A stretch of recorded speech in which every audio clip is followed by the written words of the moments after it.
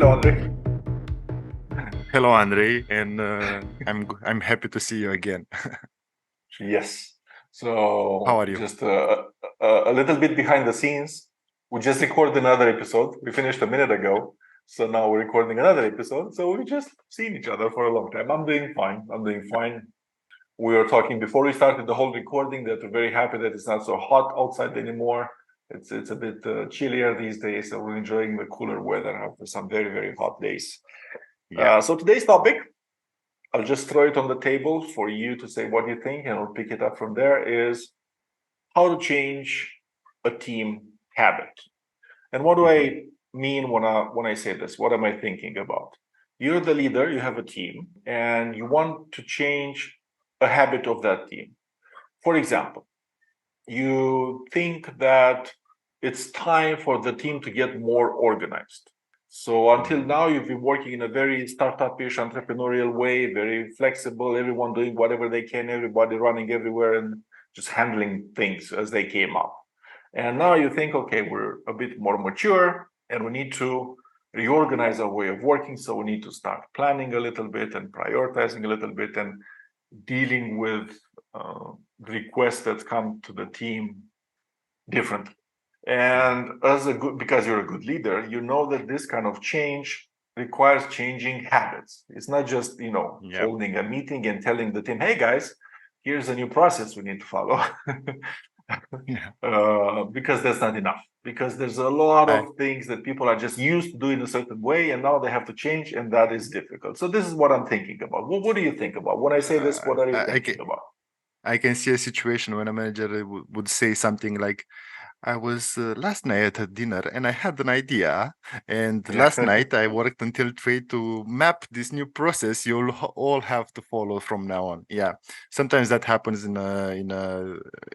trying to manage change in an organization, and a leader does that, but that's I think it's the very poor handling of the situation. I want to challenge the ideas you brought up for a second, because uh, firstly I want to make sure that that leader who wants to change something in the team, in the way the team is organized and is acting, is not projecting a personal problem. For example, the lack Hmm. of organization could be something that is missing for that person, not necessarily for the team. A team member could say, but I'm really organized. I'm doing my job Yeah. very well. I can do it in 6 hours instead of 8. I'm very organized. So how can a leader try to approach the situation in which they are trying to change something without projecting their own issues onto the team? Yeah, that's a fascinating topic. I think we need I think we another went a bit episode on sideways, that. but I want to explore No, this idea that's with you. fine. Yeah. So that's a big thing, I think. And of course, if you want to like say it very simply, it requires self-awareness from the part of the hmm leader, like the self-awareness and emotional intelligence, in order for them to understand that some of the things they think, they feel, some of the ways in which they solve things, some of the ways in which they react to different situations is to some degree specific to them. And the other team members may react differently, may have different needs. And for example, if I feel that I need more structure, that may not be something that other team members need. Just this hmm understanding that we might be different. Um, how do you get to that? Of course, experience and maturity, but in a more sort of how to start applying it tomorrow kind of way. Yeah. If as a leader you're trying to you're thinking you need to make a change in the team, hmm make sure that that change is actually needed and it's actually the right change before we actually Yeah. discuss how to do it. So don't rush. Like you said, if you have an idea one evening, hmm oh, I think we should do this, that's fine. But don't go the next morning and actually do it. Keep it in your mind for a little bit. See how hmm it evolves. Maybe talk to a few other people you trust, ask for their feedback. And don't also, why not, discuss it with the team sometimes. Sometimes it's, and many times, not just sometimes, it's hmm absolutely okay to go to the team and say, hey guys, I think we're in this stage of our evolution as a team where we might need to do this or change the other thing. hmm What do you think? And just talk to Yeah. them. And maybe they agree, maybe they don't agree, maybe they agree partially, and you end up with a certain conclusion from there. And then when you say, okay, so let's do this thing we just discussed, now it's not a surprise anymore to anyone. It's been discussed, everyone knows what it is. Can I unpack how I understand the whole situation of trying to change a habit in a team? Because I want to go a couple of steps back, because you as a leader, I don't think you should actually go with the solution to the problem you identified in the back of your head and present the solution direct. You should go with a problem to the team. Because, for example, we need to organize signals that you have a problem in the back end that is pressuring you to change something. And you should try to define that problem. What is the problem I'm having that could be solved by organizing better a process or something like that? So if you are trying, but here it comes, this idea clashes with the team leaders, for example, because team leaders are usually a person prone to action, prone to find solution. They are rather proactive persons. They don't go presenting the problem and trying to find the best solution for everyone. They are going presenting the solution because they believe that is what is expected of them. So this is, it's trying to change the mindset of the leader would help them, from my point of view. If you just present the problem to the team, hey, we have a problem, and then the conversation is totally different than I want to impose this solution on you without consulting or talking about it. Okay, I believe all the things you said help. You should stop and reflect, but going even more back on the root of the problem, you should think, what is the problem I'm trying to solve? Because this, you can interrupt me at any point, but I have a train of thought and I want to go get ahead, go ahead, get it out. The idea here is like, you have to have a pain big enough to require to change something. If the pain is not troubling you enough, you'll not be willing to change anything in your life. For example, I am a bit overweight person. If I would be really fat, I would be way more proactive trying to solve that issue.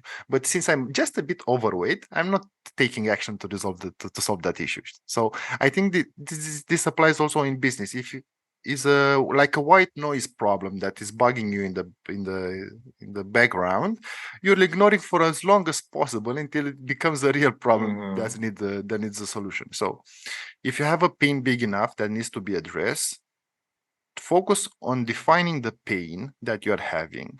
So the team understands the pain you're having, the pain they're having, and then start from them the conversation of changing the habit. Because people will not change if they not see how it's affecting them.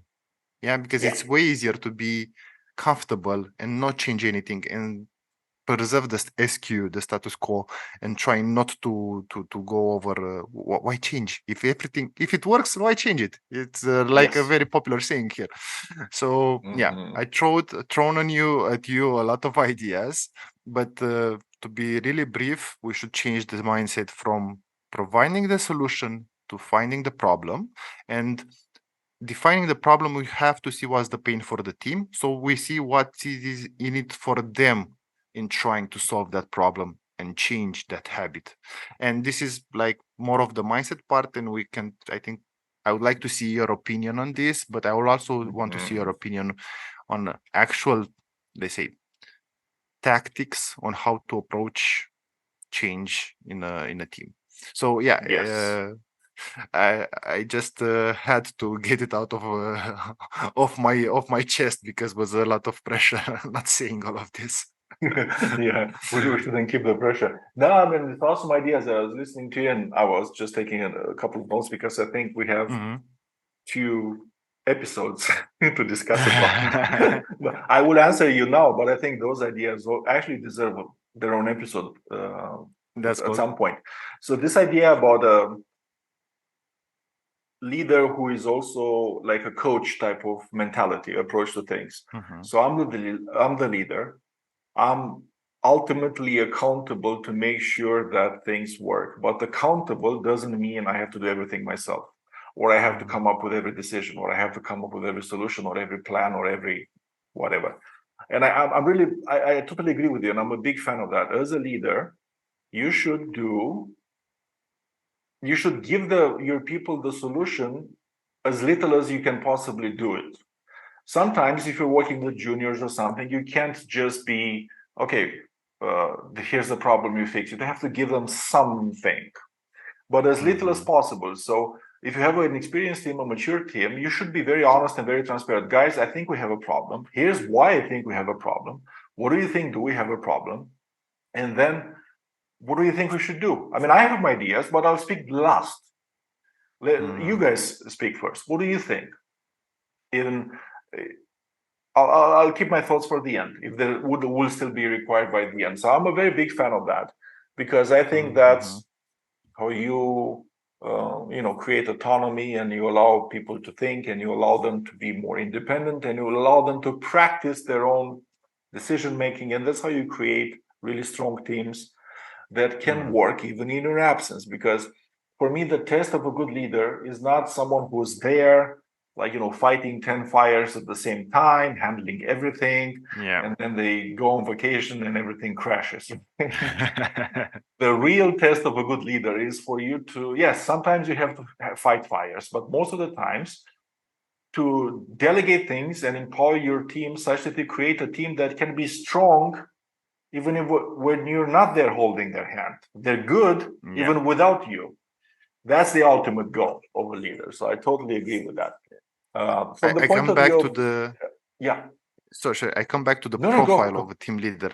A team leader most likely is a proactive person, dominant person in an attitude. Let's take action. Let's do something. Let's solve the problem, and that might feed having those problems, daily problems that are unsolved, and they are the savior of the problems. And every time they come in as a firefighter and solve all the issues, it might feed their ego. Like, I'm really important here. Without me, everything would crumble.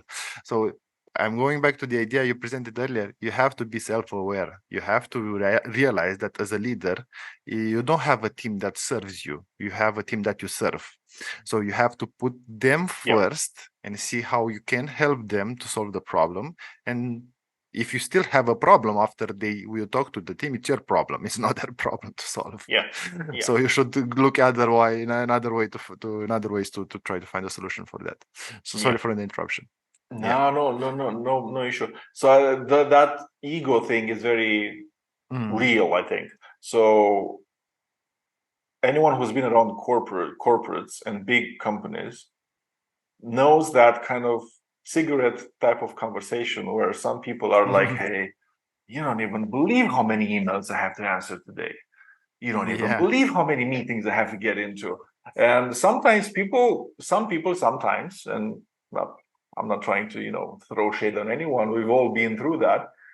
Start to take that as a sign of their own importance. Like, I must be important. I'm in 15 meetings at the same time, and everyone wants something from me, and I'm doing 100 million different things in a given day.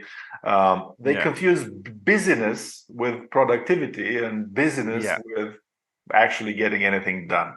I think that's wrong, but again, we probably can have an entire episode on time management and the difference between just being busy and being effective and being productive. And I think we should have an episode on that.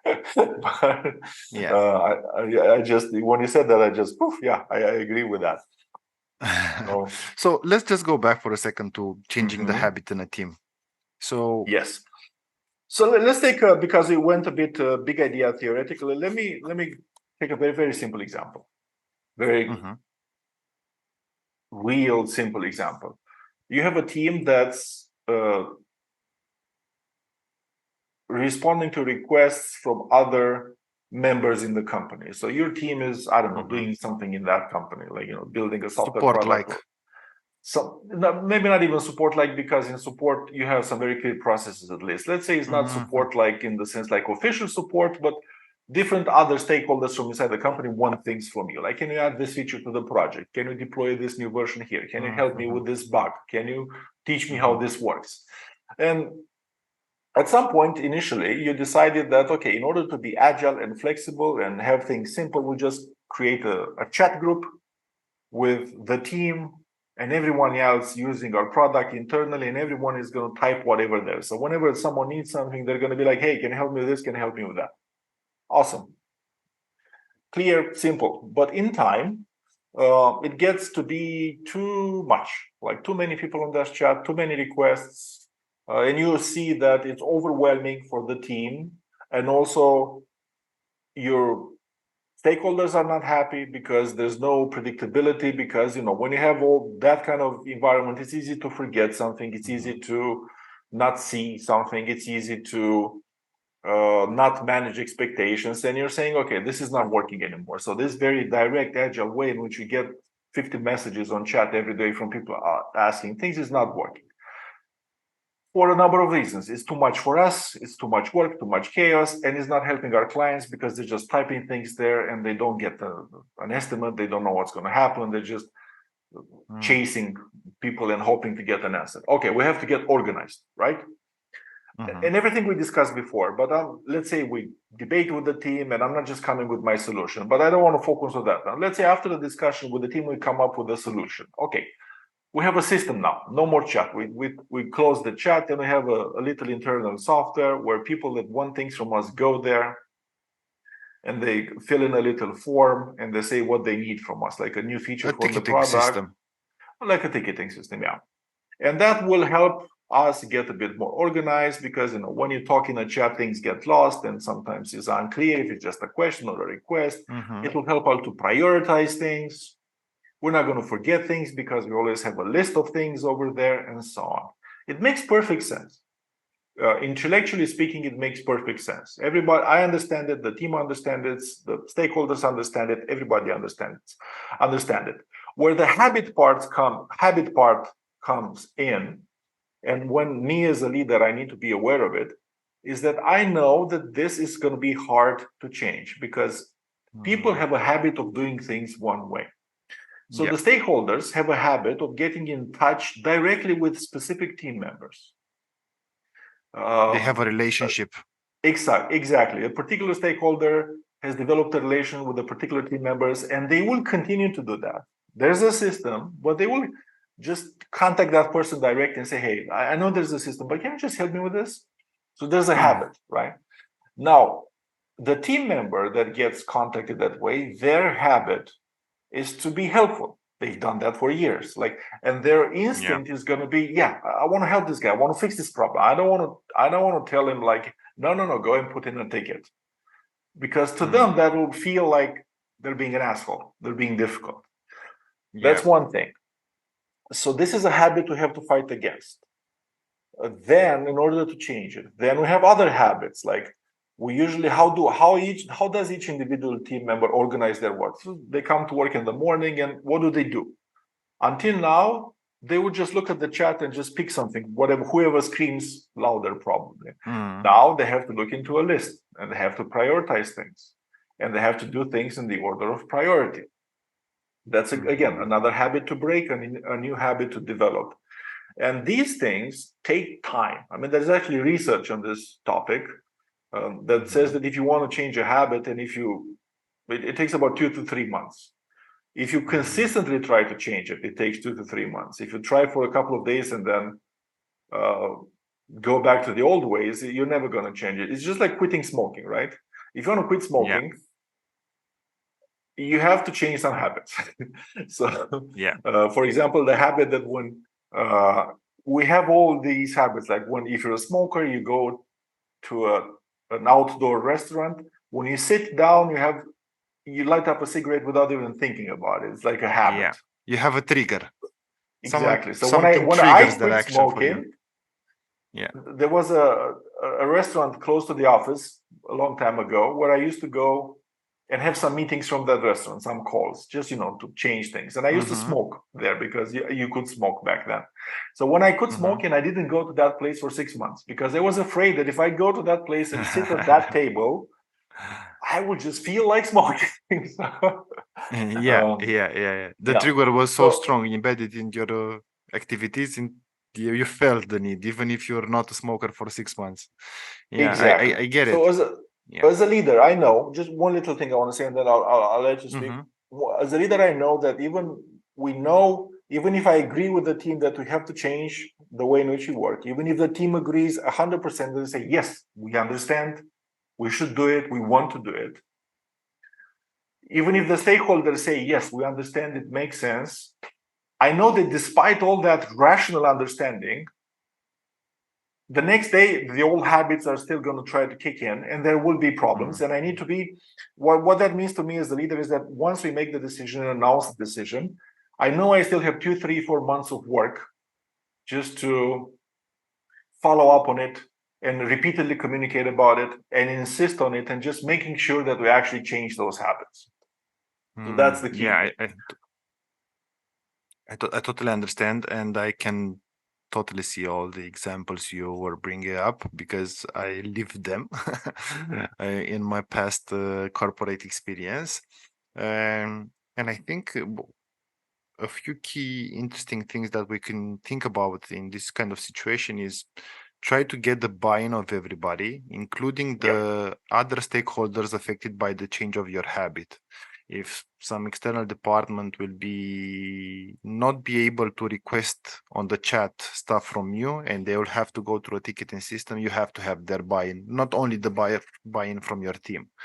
That's on one hand. On the other hand, I think it would be very helpful if you prepare your team to identify potential threats to the change of habit. Like you say to the team, they will still contact you on private. And when they do that, you should act like this. Because if you don't tell them expressly exactly what you said earlier, they will try to be helpful because that's their role and they will answer it. And they will not solve the problem. So maybe, and I think there could be another problem here, like people going to the manager of the team, bypassing the ticketing system entirely and say, hey, I know you, just help me solve that problem. And the manager breaks the law and the habit and goes to one of the members of the team and say, hey, can you answer to that person with regarding that request? So you have to be very decisive when you do stuff like that, and you have to have the strength to maintain the habit for a couple of months in order to make sure it sticks. It's really hard to change a habit in your personal life, in your teams, so any insights like this I think are extremely valuable. I think for me, besides understanding the components of a habit, like have a trigger, an action, and a reward, and then if you break that down, you can better understand how to bypass some of your habits. I think something else that it's helpful to understand in this context is like it's exactly the same in a business, not only in your personal life. It's like you have to approach it. We are still humans. We are still working as humans, as a team of humans. You have to understand the principles of the habit so you can break it down. So that's really interesting. I agree with everything you've said, and I'm so happy you said it because I think that's exactly how I should approach it, very specifically and very openly and very transparently, like including talking to your team. Okay, so what would we do when someone contacts you and says, hey, can you please help me? What exactly do you say? Maybe you don't know what words to use. So let's all agree on on a phrase that is friendly, but actually sends them back to the ticking system. And I think that in my experience, this is a frequent problem in management. And what I mean by that, managers don't understand what it means to change something in the company or in the team or at the bigger scale. They think they spend a lot of effort on strategizing the change and coming up with the ideas and with the plan, and then they communicate the plan, and they spend much less effort after that actually making sure it happens. But it should be the other way around. I think 20% of effort is just drawing something on a whiteboard. We should do this from now on, and most of the effort is actually making sure it happens. And when you announce a decision and you say, okay, so we've decided we're going to do this, this, and that, this is just the beginning of the change process. And after that, you have these individual, team level, and organizational habits and cultures that need to change.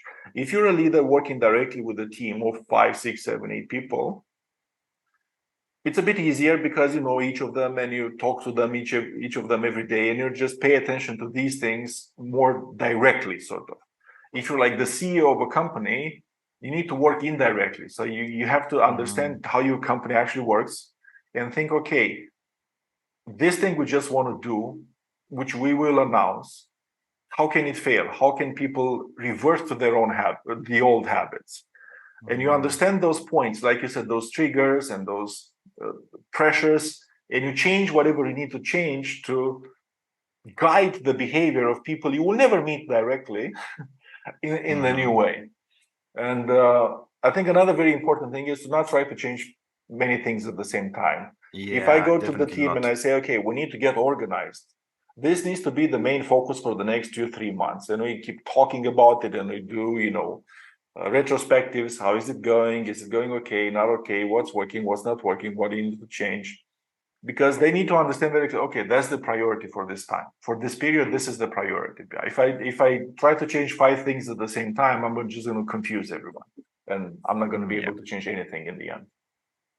I want to bring a personal example. Having the background of a corporate consultant, because I was working as a corporate consultant at some point, I was hired in an agency as a first middle manager in that agency. It was a really small agency, and the owner was trying to create some to organize the activity in order for he to be able to do more important stuff and have the team be productive without his supervision.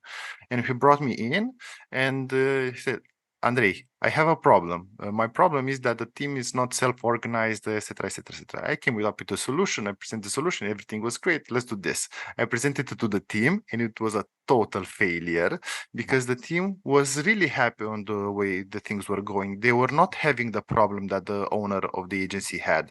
So they were like, but yeah, we are doing great. The clients are happy. We are doing everything we should be doing. So why are you trying to have me do extra stuff just because you want to distance yourself from the activity of the team? So it was really interesting failure of mine, from which I've learned a lot of how small organizations work. But going back to the thing you were talking earlier, we talked a lot about how you can try to change a habit at a small level. And I am happy you brought up the idea, what can you do as a CEO when you try to change the habit of the level of your organization? And I believe anything that has a negative impact in the organization as a behavior or a culture, let's say, like if the culture becomes toxic in a way, or people are doing things you don't want to do them, there's most likely an incentive for them to do that. What I'm trying to say is, like, if they are answering directly to requests in chats and not going to the ticketing system, they might not, they are not telling you maybe that the ticketing system sucks. Yeah. So you have to take a look if your solution is actually a good solution. And obviously those consultants come in and they talk about provide third-party solutions. We have a new management system for the organization. We're going to change the entire workflow for everybody, and it's going to mess up everything, because usually the big corporations think that you can throw money at problems and solve them, but they are not actually listening to the problems of the individual. So the individual, if still reverts to the old habit, maybe the implementation you are doing was not solving the problem. So you have to see what's the incentive for them not to do the new, better, improved stuff we are proposing to them, because you usually propose better stuff and good, not, you don't go to let's work more just because it's going to be more organized. No, you just want to work better, not Better more. stuff, at least in theory. Yeah, exactly. At least in theory.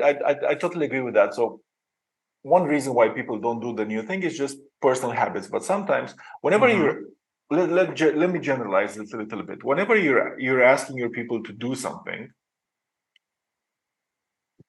try to understand if you're asking them to do something against the current, so to say. If you're asking them to swim against the current. So if there's certain forces in the company, and by forces I mean whatever, like you're asking them to use a bad system, or you're asking them to do something, but everyone they work with don't do that. If you're asking them to do things against how things happen, you shouldn't ask them to do that. I mean, then that most of Mhm. the times they're not going to be able to, and it's frustrating, and it's probably not even useful. So if that's the case, you should fix the system.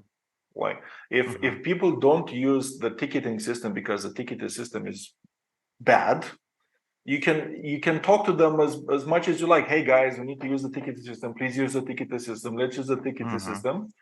But you're fighting against the current. You're fighting against the tide. Yeah. It's fine to tell them that, but the more important thing in this situation is probably to get a better ticketing system that's actually easy to use and people actually want to use, and people feel Yeah. like it's actually helping them work better. Yeah, exactly. Because in a company, even if you have a personal preference of taking notes on a notepad, if everybody wants, if you decide at team level that you have to have an organized board visible for everyone so you can have access to all the information in the team, you'll do it at least a couple of times. And if you revert after that to your old habit, it means something went wrong there and something Yeah. didn't happen as right. So you are totally right. Yeah. Mhm. So what I want to mention here, I think any change will come with friction. That is Yes. impossible to have a change that's gonna go smoothly. Everybody was happy. It was easy. In tweaks, everything was on the new process, and everyone is happy. So you have to acknowledge that when you're trying to change something, because I think that it's like a formula if you think about it. Uh, the need to change has to surpass the friction that you are creating to change that. Like it's Mhm. more important to solve the problem than the little problems we are creating in the process of changing the way of working. So Yeah. what do you think about this friction and how can it be handled? I think it's absolutely true. Like more, probably all groups of people, all systems are more comfortable just being the way they are. Any Yeah. change comes with some kind of discomfort. So Hmm. change always comes with a little bit of work. I think you should address it in the following way. So you know the saying that you should not waste any crisis. Any crisis is an opportunity. And that means, for example, if you have an inefficient company, let's take a bigger perspective, like CEO type of thing, for example. It can be applied at a smaller team, but let's just, for the sake of variety. And you're looking at your company and thinking you're not too efficient. But the economy is great, clients are paying anyway, we got a lot of money. It's a bit more difficult to become efficient. It's possible, but people will be Hmm. like, yeah, why are you worrying so much about this? Everything is great. But then an economic recession comes and they actually have problems. Uh, that crisis can become an opportunity to become more efficient because now the Hmm. need is obvious to everyone. You know, we're running out of money. It's a difficult economy. Business is difficult. We need to become Yeah. more efficient. I'm not saying you should wait for that. I'm just saying that if you've happened to hit a crisis that also can help you solve a problem easier, take advantage of that. Try to So take something good out of that crisis anyway. assuming you have like 8 functions in a business. Yeah, you have finance, HR, production, etc., etc., etc. If all of 8 of them are having kind of a major problem, a major pinpoint that Mhm. they are not addressing, when a crisis will come, the company will not survive. So you have to Yes. be proactive and okay, you can ignore some problems for some times, but as long as the system overall is robust. So the system Yes. can take the hit, even if like financially wise, we have a problem, everything else is fine. We have a great relationship with the clients, the team loves the workplace. So we'll be able to compensate for the problem we're having. So you Yeah. have to be very careful when choosing what the problem not to solve. Yeah. So Because yeah. exactly. Sometimes you have to pick your battles as well. You cannot Hmm. address every problem at the same time every time. You're just gonna burn yourself out and irritate everyone. But at the Yeah. same time, you shouldn't neglect important problems because at some point they're going to become fatal. Like you say, like Warren Yeah. Buffett said, when the water is high and times are good, everybody is happy. But when the water goes down, you get to see who's naked, who's not Yeah. prepared, right? So Exactly. when any team or any company kind of works okay when there's no pressure, there's nothing bad and everything. But when you hit some difficult times, that's when the problems that seem small become big. And that's Mhm, so I just said you should take advantage of a crisis to make changes, true, but mhm. I'm not saying you should wait for a crisis. This is just Yeah, a side mention. Ideally, you should handle things before a crisis forces you to handle things. yeah. And how do you make change before that? Is more or less like we discussed until now. So have a good consultation process before the decision is made. Involve all relevant Mhm. people, integrate their opinion. So when the final decision comes, it's not like, oh, what is this? Everybody knows what it is. Everybody knows why. Everybody's being consulted. Mhm. But then once the decision has been made, you as the CEO or as the senior leader there, whatever the situation is, it's not optional. The change is not optional. You have to become the reason why the change is going to happen. So your attitude is like, yes, we've consulted, we've integrated any opinion, but now we're going to do it. We're not going to try to do it. We're not going to see if we do it. This is Mhm. going to happen. This is going to happen. And Yeah, sure, we can adjust it. We see how it goes. We can adjust here and there. We can improve it. Of course, we're not, fixed minded, but generally speaking, it is going to happen. So as the yeah, leader, you have to be that like, no, we're going to do this. We've decided we're yeah. going to do it. We're going to do it. Maybe it's harder, maybe it's easier, maybe we adjust a little bit, but we are going to do it and have to push for it Some to happen. employees are confused about this because a business is not a democracy.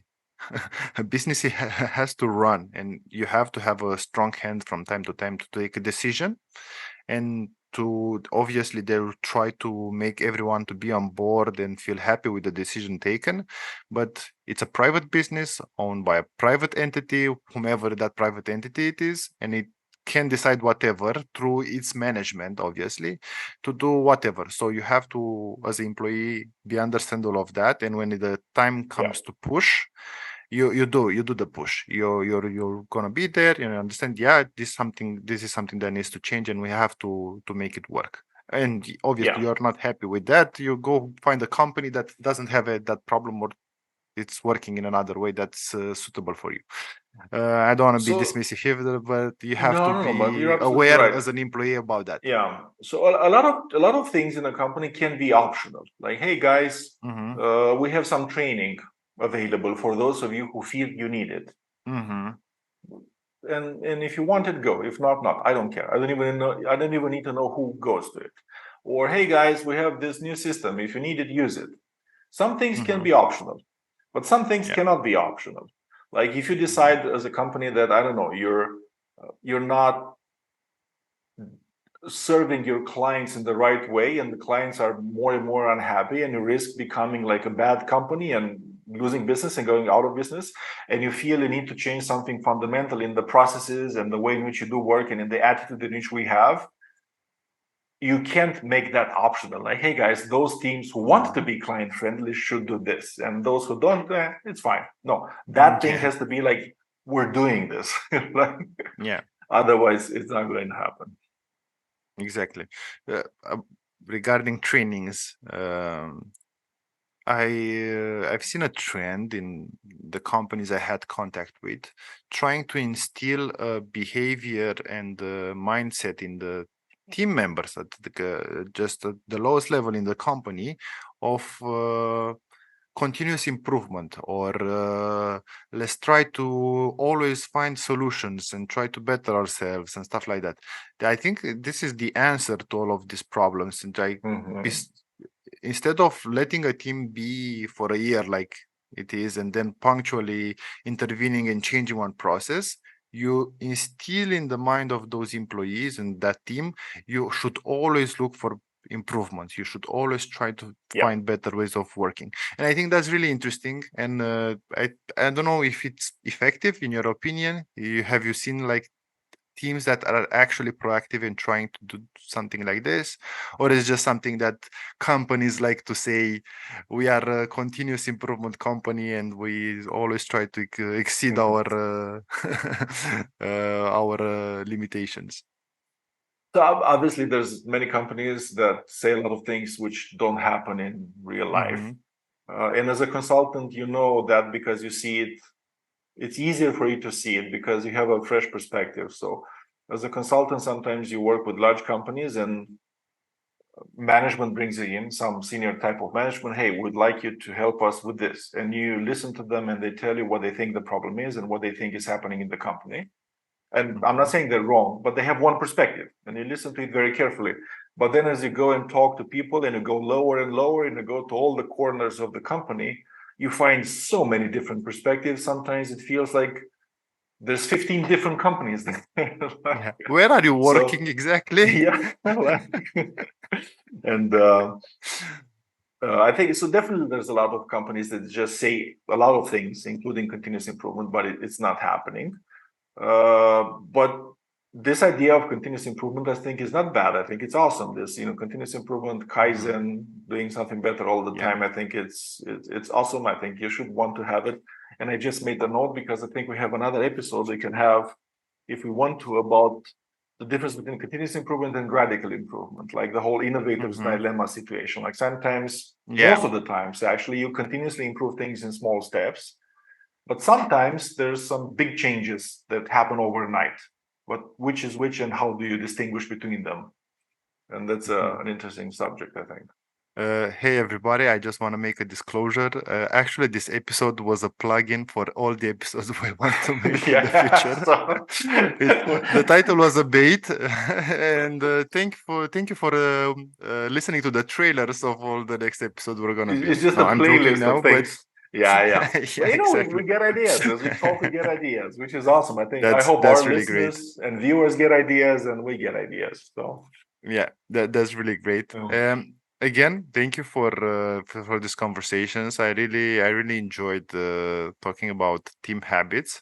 I think we should explore this topic again because I don't think we got to the bottom of it, and I'm looking forward to have the next conversation with you, Andrei. yep, we have many episodes planned. We will identify 4 or 5 just today. I Just think. now. Thank you so much, Andre, and thanks everyone who's watching or listening or however you're consuming this. We appreciate it, and I hope to see you next time. Have a good day. Thank you. Bye Bye. bye.